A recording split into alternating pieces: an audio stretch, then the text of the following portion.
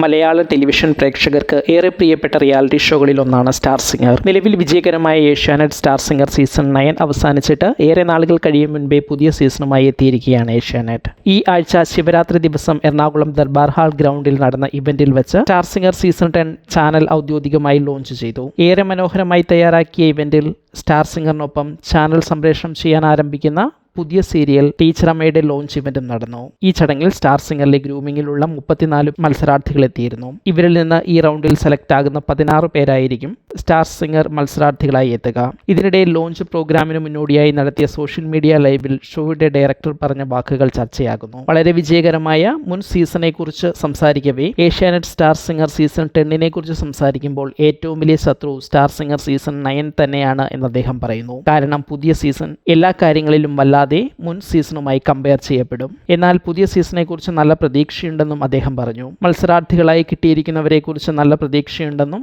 അവർ നല്ല ടാലന്റഡ് ആയ ആളുകളാണ് എന്നും അദ്ദേഹം പറഞ്ഞു. നിലവിലെ സാഹചര്യത്തിൽ ഗ്രൂമിങ്ങിലുള്ള 34 പേരുണ്ടെന്നും അവരിൽ 16 പേരായിരിക്കും എപ്പിസോഡ് സംപ്രേഷണം ആരംഭിക്കുമ്പോൾ മത്സരാർത്ഥികളായി എത്തുക എന്നും അദ്ദേഹം വെളിപ്പെടുത്തി. അതേസമയം മുൻ സീസണിലെ പോലെ എല്ലാവരുടെയും പ്രാർത്ഥനയും സപ്പോർട്ടും ഈ സീസണിലും ഉണ്ടാകണമെന്ന് ഓർമ്മിപ്പിക്കാനും അദ്ദേഹം മറന്നില്ല.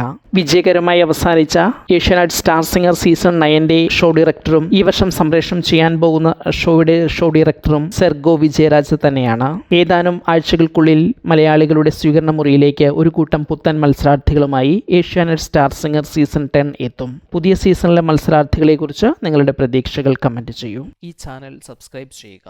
ഒപ്പമുള്ള ബെല്ലൈക്കൺ അമർത്തി ഓൾ എന്ന ഓപ്ഷൻ തിരഞ്ഞെടുക്കുക. അഭിപ്രായങ്ങൾ കമന്റായി രേഖപ്പെടുത്തുക. വീഡിയോ ഷെയർ ചെയ്യുന്നത് പരിഗണിക്കുക.